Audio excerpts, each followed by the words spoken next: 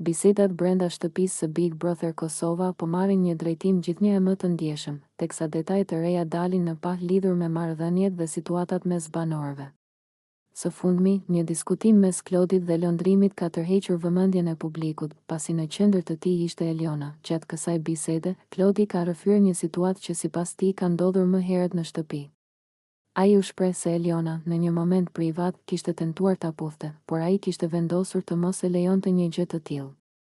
Sipas fjalëve të Klodit, situata nuk kishte shkuar më tej pikërisht për shkak të reagimit të tij, duke theksuar se ai kishte vendosur kufi të qartë.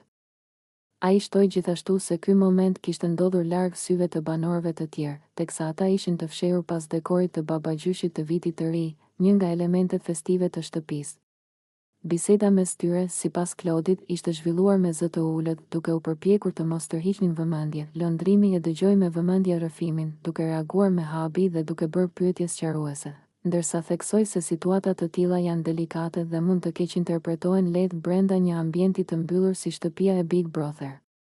Ai nënvizoi se çdo veprim apo fjalë brenda shtëpisë merr peshë të madhe, sidomos kur bëhet fjalë për marrëdhënie personale. Kjo bisedë ka hapur diskutime të reja edhe mes ndjekësve të formatit, të cilët po presin nëse Eliona do të reagojë ose do të japë versionin e saj të ngjarjes. Deri tani, gjithçka mbetet në kuadër të asaj që është thënë gjatë bisedës mes dy banorëve, ndërsa publiku kërkon më shumë qartësi dhe transparencë, në një lojë ku çdo detaj analizohet dhe çdo fjalë peshohet. Mbetet për t'u parë nëse kjo bisedë do të sjellë përplasje të reja apo sqarime të drejtpërdrejta mes banorëve në ditët në vijim.